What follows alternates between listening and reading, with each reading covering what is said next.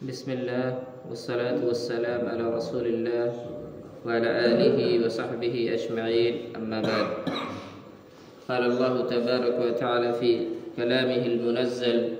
أعوذ بالله من الشيطان الرجيم، بسم الله الرحمن الرحيم. ومصدقا لما بين يدي من التوراة ولأحل لكم بعد الذي حرم عليكم وجئتكم بآية من ربكم فاتقوا الله وأطيعون إن الله ربي وربكم فاعبدوه هذا صراط مستقيم. فلما أحس عيسى منهم الكفر قال من أنصاري إلى الله قال الحواريون نحن أنصار الله آمنا بالله واشهد بأننا مسلمون. فرماتے ہیں اور میں تورات کی تصدیق کرنے والا ہوں جو میرے سامنے ہے، اور میں اس لیے آیا ہوں کہ تم پر بعض وہ چیزیں حلال کروں جو تم پر حرام کر دی گئی ہیں۔ اس سے مراد یا تو وہ بعض چیزیں ہیں جو بطور سزا اللہ تعالیٰ نے ان پر حرام کر دی تھیں، یا پھر وہ چیزیں ہیں جو ان کے علماء نے اپنے طور پر حرام کر رکھی تھیں، اللہ کا حکم نہیں تھا، یا ایسی چیزیں بھی مراد ہو سکتی ہیں جو ان کے علماء نے اپنے اجتہاد کے ذریعے سے حرام کی تھیں اور اجتہاد میں ان سے غلطی کا ارتکاب ہوا۔ حضرت عیسیٰ علیہ السلام نے اس غلطی کا ازالہ کر کے انہیں حلال کر دیا۔ پھر فرمایا اور میں تمہارے پاس تمہارے رب کی نشانی لایا ہوں، اس لیے تم اللہ تعالیٰ سے ڈرو اور میری فرما برداری کرو، یقین مانو میرا اور تمہارا رب اللہ ہی ہے، تم سب اسی کی عبادت کرو، یہی سیدھی راہ ہے۔ یعنی اللہ کی عبادت کرنے میں میں اور اس کے سامنے ذلت و عاجزی کے اظہار میں میں اور تم دونوں برابر ہیں، اس لیے سیدھا راستہ صرف یہ ہے کہ ایک اللہ کی عبادت کی جائے اور اس کی الوہیت میں کسی کو شریک نہ ٹھہرایا جائے۔ اور یہی دعوت تمام انبیاء کرام کی دعوت تھی کہ لوگوں کو شرکیات سے نکال کر کے اللہ رب العالمین کی توحید کی طرف لایا جائے، غیر اللہ کی عبادت سے روک کر کے اللہ کی طرف لایا جائے۔ مگر جب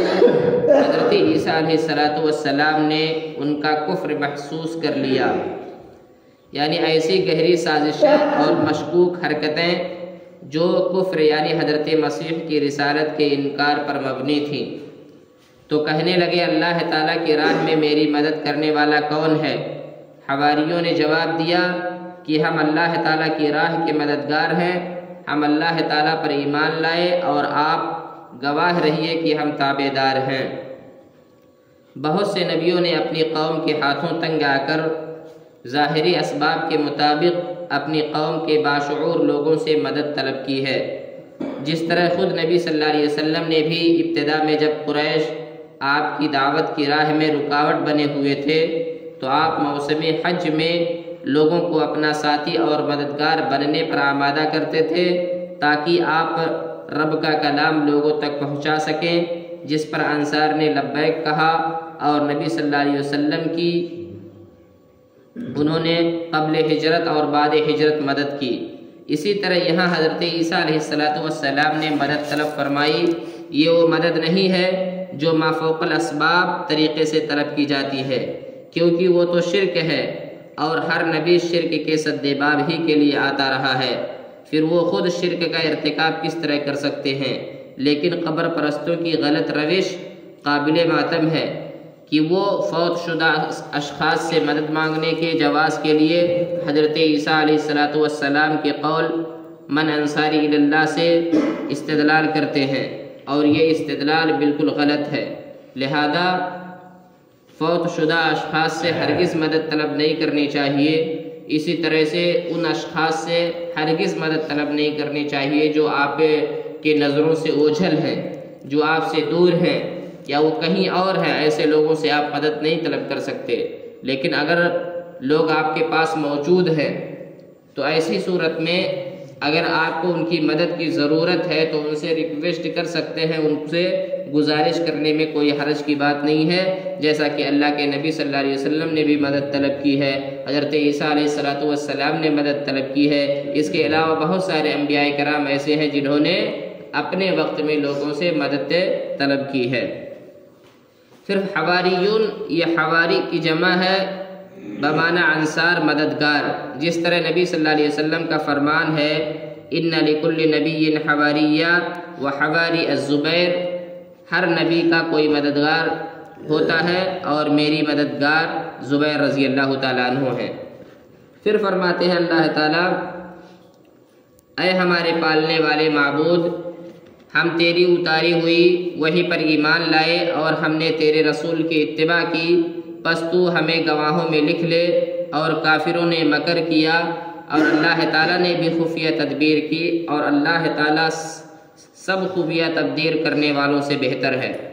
حضرت عیسیٰ علیہ السلام کے زمانے میں شام کا علاقہ رومیوں کے زیر نگی تھا۔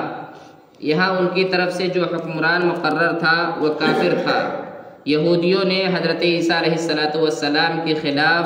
اس حکمران کے کان بھر دیے کہ یہ نعوذ باللہ بغیر باپ کے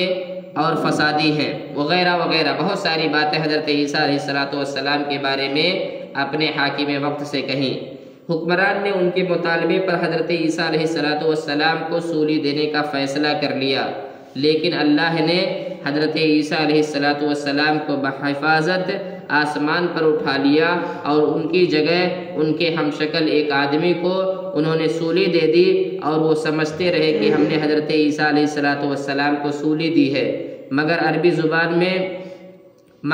زبان میں لطیف اور خفیہ تدبیر کو کہتے ہیں، اور اس معنی میں یہاں اللہ تعالیٰ کو خیر الماکرین کہا گیا ہے، گویا یہ مکر صحیح برا بھی ہو سکتا ہے اگر غلط مقصد کے لیے ہو، اور خیر اچھا بھی ہو سکتا ہے اگر اچھے مقصد کے لیے ہو۔